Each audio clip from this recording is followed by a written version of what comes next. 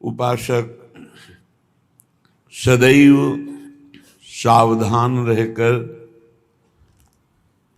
आराध्य देव के सिवा किसी से अपनापन न कर बैठे। किसी से भी अपनापन किया तो परिणाम में वो मारा जाएगा। मारा जाने का तात्पर्य है अपने नित्य स्वरूप की प्राप्ति के लिए जो मानव देह मिला था वो व्यर्थ चला जाएगा। किसी से भी अपनापन, मेरे तो श्री श्यामा श्याम दूसरो न कोई। अगर दूसरा कोई अपना है तो सच्चे मानो सिर्फ कष्ट के सिवा, चिंता के सिवा, शोक के सिवा और परिणामतः कुछ हाथ ना आना, यही परिणाम होगा। इतना राग हो गया है शरीर से और शरीर संबंधियों से, शरीर भोगों से, कि ये बात हमारे समझ में ही नहीं आती कि मेरे तो श्री श्यामा श्याम दूसरो न कोई।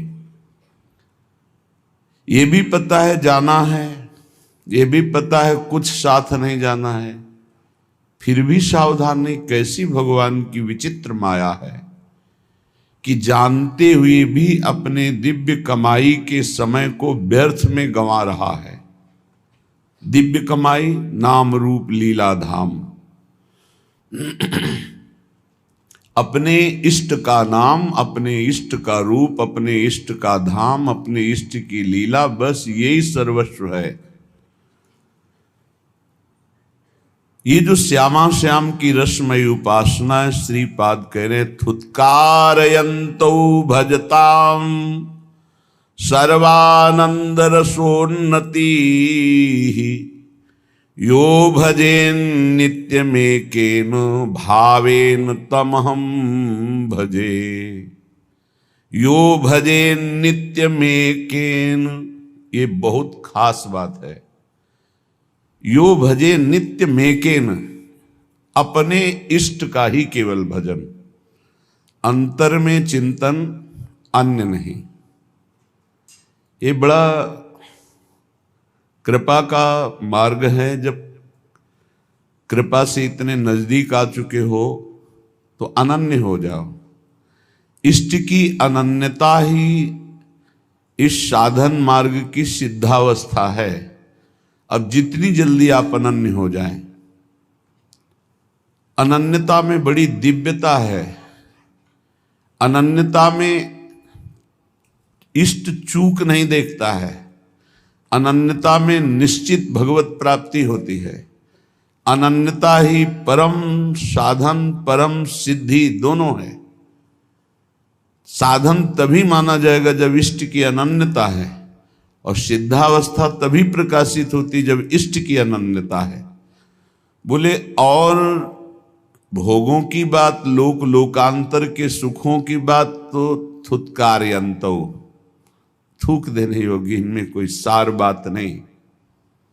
क्योंकि जो महारस का रसास्वादन करते हैं वही ऐसा बोल सकते हैं। थुत्कारयन्तो, थूक देने योग्य हैं सब लोग, परलोक के जितने भोग हैं वो सब व्यर्थ है। एक स्वाप्निक जैसे स्वप्न में हमने बहुत सुंदर सुंदर पदार्थ खाए, जगे तो हमारी भूख थोड़ी मिट गई। ऐसे ही भोगते हुए कितना समय व्यतीत हो गया, पर क्या हमारी भूख मिटी क्या? इसका मतलब स्वाप्निक है, साफ स्वाप्निक है। ये भगवान शंकर कह रहे हैं, उमा कहूं मैं अनुभव अपना, सत हरि भजन जगत सब सपना। सपना स्वाप्निक। इसलिए थुत्कारयन्तो, जिन तुम भोगों में अपने दिव्य समय को नष्ट कर रहे हो, महापुरुषों ने जब भगवदानंद की अनुभूति की तो उनको ऐसा लगा कि लोकांतर के सारे सुख थूक देने योग्य हैं, कड़वे हैं, विषैले हैं। ब्रह्मादि के भोग सब विषम लागत ताहि, नारायण ब्रज चंद की लगन लगी है जाहि। विरह कमंडल कर लिए बैरागी दो नयन, मांगत दरस मधु करी, छके रहे दिन रैन। नारायण स्वामी जी कह रहे हैं, जिनको श्री कृष्ण मिलन की लगन लग गई, उनको ब्रह्मादि के भोग भी विष के समान लगते हैं। वो विरह रूपी कमंडल लिए वैरागी उनके नेत्र हैं, केवल दर्शन रूपी मधुकरी मांगते रहते हैं, रात दिन परमानंद में छके रहते हैं। जब कोई ये बताता है कि अमुक उपासक बहुत भगवत प्राप्ति के लिए विकल है, तो ऐसा लगता है कि भगवान इस कलिकाल में कोई भगवत प्राप्ति के लिए विकल है। धन्याति धन्य भाग उस साधक के, उपासक के, जिसको ये बात आ गई कि मुझे भगवत प्राप्ति करनी है। कैसे भगवत प्राप्ति? वो विकल है अंदर से। भगवत प्राप्ति की विकलता ये अनेक जन्मों के साधनाओं का फल समझ लो, या गुरु, संत, भगवंत, शास्त्र सबकी एक साथ कृपा समझ लो। भगवत प्राप्ति की चाह हो जाना, जिसके अंदर प्रभु के मिलन की चाह हो जाती, तो मृत्यु लोक के या स्वर्गलोक के सुखों की क्या, ब्रह्मलोक के भोगों को भी वो विष के समान देखता है। तो श्रीपाद करे थुत्कारे अंतो, थूक देने योग्य हैं ये सब भोग। भजताम सर्वानंद रसोन्नति ही, भजनानंदियों की पराकाष्ठा है श्री प्रिया प्रीतम का भजन। भजनों में सबसे सर्वश्रेष्ठ नित्य विहार भजन है। समस्त रसिक महापुरुषों ने स्वीकार किया। श्यामा श्याम का आठों पहर दुलार करते हुए उनके चिंतन में डूबना, सेवा सुख चिंतन में डूबना, इससे बड़ा कोई भजन नहीं है। भजताम सर्वानंद रसोन्नति ही, सर्वानंद प्रदान करने वाला उन्नति, पराकाष्ठा, नित्य नवम नवम महारस महामाधुर्य। कौन? बोले श्री प्रिया प्रीतम का, श्यामा श्याम का। इसलिए यो भजे नित्य में केन भावेन तम हम भजे, जो एक भाव से, कभी ये कभी ये कभी ये, तो अभ्यास का भजन हुआ। वो प्रेम का भजन एक ही का, एक ही का नाम, एक ही का रूप, एक ही की लीला, एक ही धाम, पूर्ण आसक्त चित्त श्यामा श्याम में। तो श्रीपाद कह रहे हैं, मैं ऐसे भजनानंदियों का स्वयं भजन करता हूं, इनकी चरण वंदना करता हूं, इनका नाम स्मरण करता हूं, इनके रूप दर्शन की आकांक्षा, इनके चरणों की सेवा, ये संपूर्ण भजन जो हमारे प्रिया प्रीतम के अनन्य हो करके, अन्य सब भोग विलासता का त्याग करके, लोक लोकांतर की चाह का त्याग करके निरंतरता भजन में बनाए हुए हैं। मैं ऐसे प्रिया प्रीतम के प्रेमी भजनानंदी महापुरुषों को प्रणाम करता हूं, उनका स्मरण करता हूं, उनकी सेवा की चाह करता हूं। भज धातु सेवायाम। त्रिभंगी मुत्तुंगी कृतरस तरंगैर नव नवोन, मदानंगे नीलोज्वल घन निभांगे, दधदहो लसदोहो तंसी, मणिमय वतंसी ब्रजकुला, बलानि विस्रंसी, स्फुरत मम बंसी मुख हरि। अहो, अधरों पर वंशी विराजमान करके जो नित्य नवीन प्रेमोन्माद करने वाली मुरली है, उसे अपने अधरों पे विराजमान करके जब गान करते हैं तो चर अचर सब प्रेम से युक्त हो जाता है, चैतन्य समाधिस्थ हो जाते हैं और जड़ में चैतन्यता आ जाती, द्रवण होने लगता है। ऐसे मोर मुकुट धारण करने वाले, इंद्रनील मणि की कांति, मणिमय कुंडल धारण करने वाले और नवीन नवीन महान प्रेम स्वरूपा प्रेमी रसिकों के द्वारा जो भावदेह को प्राप्त हैं, उनसे घिरे हुए हैं और प्रेम क्रीड़ा परायण हैं। ऐसे ललित त्रिभंगी त्रिभंगी मुत्तुंगी कृत रस तरंगैर नव नवोन्मादैर, जिनके श्रीअंग के दर्शन मात्र से नव नवायमान प्रेमोन्माद प्रकट होता है, जो नवीन नवीन रसिक महापुरुष भावदेह को जो प्राप्त हैं वो घेरे हुए हैं, जो ललित त्रिभंगी होकर अधरों पर मुरली विराजमान करके वादन कर रहे हैं, वंशी नाद कर रहे हैं, ऐसे प्रभु श्री हरि हमारे हृदय में स्फुरित हों, ऐसी श्री किशोरी जो हमारे हृदय में स्फुरित हो, ऐसा श्री वृंदावन हमारे हृदय में स्फुरित हो।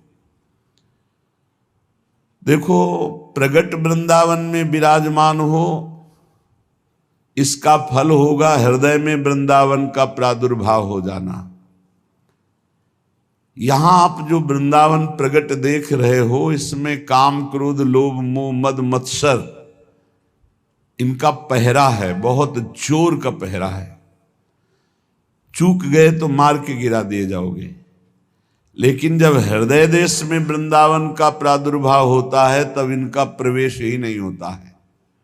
श्री रसिक शेखर भगवत रसिक जी महाराज कह रहे हैं, हमारे वृंदावन उर और माया काल जहां नहीं व्यापे, जहां रसिक सिर मोर, हमारे वृंदावन उर और छूट जात सत असत वासना, मन की दौरा दौर, भगवत रसिक बतायो श्री गुरु अमल अलौकिक ठोर, हमारे वृंदावन उर और। श्री गुरुदेव भगवान की कृपा से प्राप्त नाम मंत्र उपासना के प्रभाव से हमारे हृदय में और वृंदावन जागृत हुआ है। और वृंदावन यहाँ निर्माण हो रहा है, यहाँ विनाश लीला भी दिखाई दे रही है, पालन लीला भी, अर्थात मायाकृत त्रिगुण का खेल यहाँ भी दिखाई दे रहा है। सृजन, जन्म होना, पालन, बढ़ना और नष्ट हो जाना, संहार, तीनों लीलाएं भगवान की यहाँ दिखाई दे रही है। शरीर बढ़ रहे हैं, नष्ट हो रहे हैं, जन्म ले रहे हैं, बढ़ रहे हैं, नष्ट हो रहे हैं, दृश्य बदल रहा है, नष्ट हो रहा है। लेकिन जब गुरु प्रसाद से इसी धाम में उपासना परिपक्व होती तो हृदय में जो वृंदावन जागृत होता है, बोले पहली बात, इस त्रिगुण माया का प्रभाव प्रवेश नहीं करता, जो दिव्य वृंदावन हृदय में प्रकाशित होता है। माया और काल, कालातीत वृंदावन, त्रिगुणातीत वृंदावन, माया काल जहां नहीं व्यापे, त्रिगुण माया का प्रभाव हृदय के वृंदावन में नहीं पड़ेगा, काल का प्रभाव हृदय के वृंदावन में नहीं पड़ेगा। जहां रसिक सिरमौर, जहां हमारे आचार्य गुरुदेव सहचरी स्वरूप से निरंतर सेवा में विराजमान हैं, जब इस वृंदावन का हृदय में जागृत होता है तो असत वासना की कौन बात करे, सद वासना भी नहीं रह जाती। छूट जात सत असत वासना, मन की दौरा दौर, ये जो मन चंचल होकर के लोक लोकांतर के भोगों में भटक रहा था, अब प्रियालाल के प्रेम रस में, नवनिभृत निकुंज की शोभा में ये अटक गया। इसकी दौड़ भागने की सामर्थ्य गई, पंगु हो गया मन। ना माया का प्रवेश त्रिगुण, ना काल का प्रवेश कालातीत। जहां हमारे रसिक शेखर आचार्य सहचरी वपु से, गुरुदेव सहचरी वपु से सेवा परायण हैं, वो दिव्य वृंदावन हमारे हृदय में प्रकाशित हुआ। सद और असद दोनों वासनाएं छूट गई, निर्वासनिक हृदय, मन पंगु हो गया, भगवत रसिक जी कहते हैं ऐसा अलौकिक ठौर गुरुदेव की कृपा से हृदय में जागृत हुआ। ये अलौकिक वृंदावन कब जागृत होता है? कैसे? उपासक के, जिसको पाई भर परवाह नहीं होती, न लोक की न वेद की, एकमात्र श्यामा श्याम का अनन्य होकर रात दिन भजन में लगा है, सेवा में लगा है, चिंतन में लगा है, जिसके हृदय में नरक स्वर्ग अपवर्ग आस नहीं त्रास है, जहां राखो तहां रहो मानी सुख राशि है। देव दया करि दान न भूलो के लिको, भगवत बलित तमाल बिलो को बेलिको। बहुत सुंदर निष्ठा का वर्णन है। इस निष्ठा के बिना दिव्य वृंदावन में आपका प्रवेश या आपके हृदय में दिव्य वृंदावन का प्रकाश होना ये बड़ा कठिन है।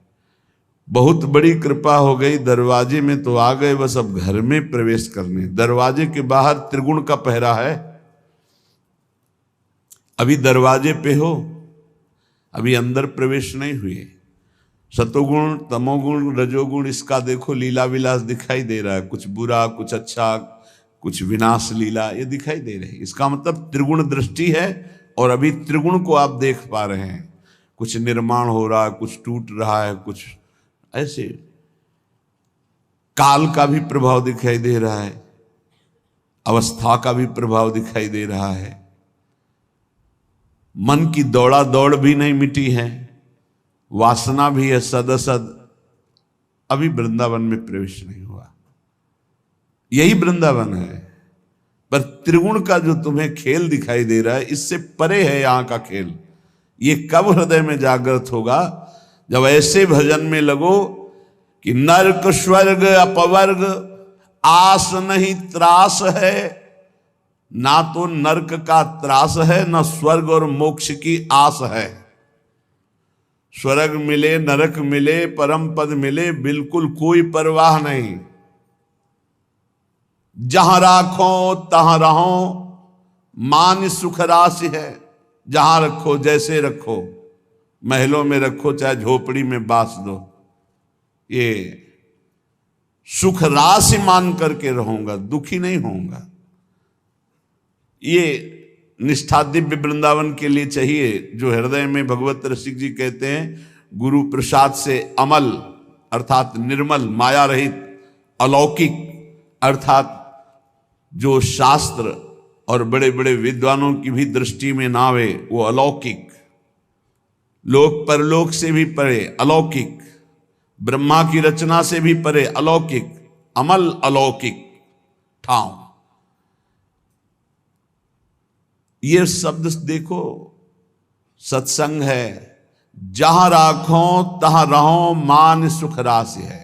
हे नाथ, यदि आप बहुत दूर रखते हो तो मैं आपके आश्रित होकर आपका नाम जप करते हुए आपके ही अधीन रहूंगा। कहीं भी रखो, मान सुख राशि है, मैं वहीं रहूंगा। और ऐसा आपने कर दिखाया भगवत रसिक जी, अनन्य वृंदावन धाम के। थोड़ा दुखद घटनाएं होती, इसलिए उनका वर्णन करने का भाव नहीं बन पाता। इनकी यही निष्ठा थी कि ब्रज के समस्त जन भगवत स्वरूप हैं, जाति पक्ष नहीं देखना चाहिए। ऐसा गुरुजनों ने, महापुरुषों ने, ऐसा वाणीकार रसिक जनों ने स्थापित किया है। व्यास रसिक तेई बड़े ब्रजते अनत न जाई, वृंदावन के स्वपचलों जूठन मांगे खाही। तो इसी रस सिद्धांत में भरे हुए भगवत रसिक जी ने एक दिन एक ऐसे घर से, जिनका धोबी कुल में जन्म हुआ, उस घर से भिक्षा ली कुछ द्वेष करने वाले जन स्वाभाविक होते हैं। महामहिम रसिक शिरोमणि श्री ललित मोहिनी देव जी के पास शिकायत पहुंची, कई बड़े रसिक और सब मिलके कि ये तो बड़े भजनानंदी हैं, मानते हैं, बड़े विरक्त हैं, ये भी मानते हैं, पर ये तो धर्म के विरुद्ध आचरण कर रहे हैं। ये तो अमुक के घर में रोटी मांग के खाए। यद्यपि बहुत ही पहुंचे हुए महापुरुष श्री पूज्य ललित मोहिनी देव जी बुलाया और कहा ये सब शिकायत कर रहे हैं, आप ऐसा क्यों? तो का भगवान ब्रज में संपूर्ण ब्रजवासी भगवत स्वरूप हैं, यहां तो जाति पक्ष देखा ही नहीं जाता। तो उन्होंने कहा कि बड़ों की बात सुननी चाहिए। तो कहा बड़ों ने ही लिखा है वाणियों में और बड़ों ने ही ऐसा आदेश किया है, क्योंकि हरिराम व्यास जी बड़ों में ही हैं। बड़े बड़े और भी रसिक महापुरुष बहुत से वाणियों में पाया है हरिराम व्यास जी का यशगान करते हुए। अष्टाचार्यों की वाणियों में भी है कि व्यास जैसे तो सिर्फ व्यास ही है, दूसरा कौन हो सकता है। हरिराम व्यास जैसे तो सिर्फ हरिराम व्यास जी ही है, ऐसा वाणी में। व्यास मिठाई विप्र की तामे लागे आग, वृंदावन के स्वपच की जूठन खइए मांग। ये रसिक महापुरुष, उन्होंने कहा कि नहीं, तुम्हारी ये सब नहीं, तुम्हें नहीं जाना चाहिए, तुम ये विरुद्ध कार्य किए। यद्यपि हम समझ रहे हैं कोई गलती नहीं है, फिर भी चार संत महंत कह रहे हैं, चार लोग कह रहे हैं, तो तुम्हें स्वीकार करना चाहिए तुमसे गलती हो गई। आप कहते हैं तो स्वीकार करते हैं, वस्तुतः महापुरुषों ने कहा है कि आप मांग सकते हैं, पर आप आदेश कीजिए, अगर गलती आप कहते हैं तो हमें दंड दे सकते हैं आप। धीरे धीरे विरोध रूप खड़ा हो गया। यद्यपि पूज्य श्री ललित मोहिनी देव जी हृदय से प्यार करते थे, जानते थे कि नहीं, किंचन मात्र त्रुटि नहीं है। फिर एक दिन बुलाया और कहा देखो, हम जानते हैं कोई त्रुटि नहीं है, पर सब संत महंत जन ऐसा कहते हैं कि आप ऐसा किए हो, तो आप वृंदावन से निकल जाओ, वृंदावन में मत दिखाई देना। कितना गुरुजनों का आदर महापुरुष करते थे, मतलब हृदय में सामर्थ्य नहीं ऐसी, सामर्थ्य ही नहीं ऐसी, जैसे महापुरुष जन अपने गुरुजनों की आज्ञा का पालन किए, ऐसी सामर्थ्य नहीं। मतलब कितनी बड़ी बात है कि वृंदावन रस के परम रसिक, वृंदावन रजोप सेवी, एक क्षण भी वृंदावन से बिलक जीने की हिम्मत नहीं, ऐसे महापुरुष। गुरु जी ने कहा निकल जाओ वृंदावन से, वृंदावन में अब तुम दिखाई मत देना, दर्शन मत देना वृंदावन में। और भी विचित्र लीला हुई कि भगवत रसिक जी की वाणी को आदेश हुआ कि यमुना में विश्राम दे दो, प्रकाशित ही न हो। अब लीला गुरुजनों की, ऐसा क्यों कहा, वाणी जी के प्रति क्यों कहा? क्योंकि प्रमाणित होना चाहिए कि भगवत रसिक जी की वाणी ये सिद्ध वाणी है। यमुना जी में डुबोया तो ना एक कागज गीला हुआ, ना वाणी जी डूबी, ऊपर ऐसे ही यमुना जी ले विराजमान रहे। फिर वाणी सिद्ध वाणी। गुरुजनों की लीला में आंतरिक रहस्य रहता है, प्रगट में दिखाई देता है गुरुजन कैसा व्यवहार कर रहे हैं कि वाणी जी को डुबवा दिया, लेकिन गुरुजन ये प्रमाणित कर रहे हैं कि मेरे शिष्य भगवत रसिक की वाणी सिद्ध वाणी है। यमुना जी अपनी गोद में ले रही, एक बूंद जल किसी भी पन्ने में नहीं लगा, कोई भी वाणी किसी भी तरह से खंडित नहीं हुई, पूरी वाणी पुनः वापस हुई। भगवत रसिक जी ने श्री चरणों में प्रणाम किया और कहा कभी अब दोबारा दर्शन नहीं होंगे हमारे आपके, आपकी आज्ञा का अक्षरशः पालन होगा। और यमुना का किनारा पकड़ा और सीधे प्रयागराज झूसी में यमुना के पावन पुलिन तट पर निरंतर नित्य विहार श्री श्यामा श्याम का अवलोकन करते हुए, कल आपने सुना जब शरीर छोड़ा तो सब अलौकिक दिव्य विभूतियां आ गई स्वागत करने के लिए। गंगा जी ने कहा आप अभी इसी क्षण शिवलोक को चलिए, ब्रह्मलोक को चलिए, कोई कह रहा अमुक लोक को चलिए, सरस्वती जी कह रहे ब्रह्मलोक चलिए। साहब विश्व का वैभव आपके लिए। भगवत ऋषि जी ने कहा नहीं, हमारा लक्ष्य ही नहीं है, हमारा लक्ष्य तो श्यामा श्याम है। हम तो यमुना सखी के साथ अपने प्रिय नवनिवृत्त निकुंज में जा रहे हैं, जहाँ स्वामी जी बिहारी बिहारिंजू का दुलार करते हैं। मुझे शरीर पूरा हुआ और आश्चर्य की बात कि प्रवाह में शरीर संगम की तरफ जाना चाहिए, पर यमुना जी उल्टा लहरों में लेकर के शरीर को प्रवाहित करने लगी वृंदावन की तरफ। ये सब ने देखा, दिव्य महापुरुष का शरीर भी दिव्य होता है। तब वो कह रहे हैं नरक स्वर्ग अपवर्ग आस नहीं त्रास है, जहां राखो तह रहो मान सुख राशि है। देव दया कर दान न भूलो के लिखो, भगवत बलित तमाल बिलोको बेलिको। मुझे नरक का भय नहीं है, स्वर्ग और मोक्ष की चाह नहीं है, जहां रखो हे श्यामा श्याम, हे गुरुदेव, वहीं सुख राशि मान करके रहूंगा। बस एक दया करके दान कर दो कि श्याम तमाल पर अर्जी हुई कनक की बेल की तरह मैं युगल सरकार को हर समय देखता रहूं। बस उनकी केल को ना भूलूं, उनके इस मिलन के रूप को देखता रहूं, जहां मनावे वहां रख दो। नरक स्वर्ग अपवर्ग आस नहीं त्रास। और सुख दुख भुगते देह नहीं कछु शंक है, निंदा स्तुति करो राव क्या रंक है। परमारथ व्यवहार बनो कि ना बनो, अंजन हुए मम नैन रसिक भगवत सनो। भगवत रसिक जी कह रहे मुझे इसकी भी परवाह नहीं, शरीर दुख भोगे या सुख, इसकी भी परवाह नहीं। सुख दुख भुगते देह नहीं कछु शंक है, इसकी कोई परवाह नहीं। चाहे भयानक शरीर को पीड़ा दी जाए या शरीर की अनुकूलता दी जाए, मुझे इस शरीर की प्रतिकूलता अनुकूलता से कोई मतलब नहीं।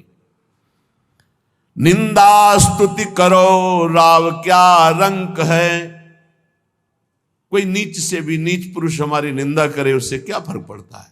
या कोई बड़े से बड़े राजा आकर प्रणाम करे, स्तुति करे, उससे क्या फर्क पड़ता है? स्तुति और निंदा से परे, अनुकूलता और प्रतिकूलता से, देह भाव से ऊपर, परमार्थ व्यवहार बनो कि ना बनो। परमार्थ भी बने ना बने, व्यवहार बने भी ना बने, तो एक बात केवल चाहते हैं, जैसे नेत्रों में अंजन अंजा रहे, ऐसे युगल सरकार केवल हमारे नेत्रों में बसे रहे। बस अंजन हुए मम नैन रसिक भगवत सनो। भगवत रसिक जी कहते हैं हमारे नेत्रों में बसी गौर श्याम जोड़ी झलकती रहे, इसके सिवा और कुछ नहीं। ये हमारे प्रभु समस्त अवतारियों के अवतार हैं निकुंज बिहारी। भगवत रसिक जी कहते हैं कभी भूल मत करना अन्य आश्रय लेने का, किसी दूसरे का आश्रय मत लेना। बहुत बड़ी जगह ये जो वृंदावन नित्य बिहारी लाल की शरण मिली, बहुत बड़ी जगह मिली है। इसलिए परिचय दे रहे हैं कि ये कौन हैं जिनकी हम ठसक में रहते हैं। हम ठसक में रहते श्यामाजू के, श्यामाजू के अधीन ये लालन है। लालन कौन है? बोले सब कालन को काल, लोक पालन को पाले, आपुन सदा स्वतंत्र, नियंता बुद्धि विशाले। उपजावे सब विश्व, रमय फिर ताके माही, देखत भूली करे परे भूलन में नाही। सडेश्वर समर्थ हरि, सो भगवत असरन शरण, तन मन जन की वेदना, हरहु मोद मंगल करन। तन मन की जन वेदना, हरहु मोद मंगल करन। जान लो हमारे श्याम सुंदर कौन है। ठसक बहुत जोर की आ जाएगी, लालन तेरे अधीन, जाके अधीन सदाई सांवरो। वो हमारी प्रियाजू तो लालजू कौन है? बोले सब कालन को काल, लोक पालन को पाले। ये हमारे लालजू महाराज एक कालों के भी महाकाल के भी शासन है। देखो ना, महाकाल भगवान शंकर को कहते हैं। भगवान शंकर भी चरणामृत जिनका धारण करते हैं वही भगवान हरि हैं।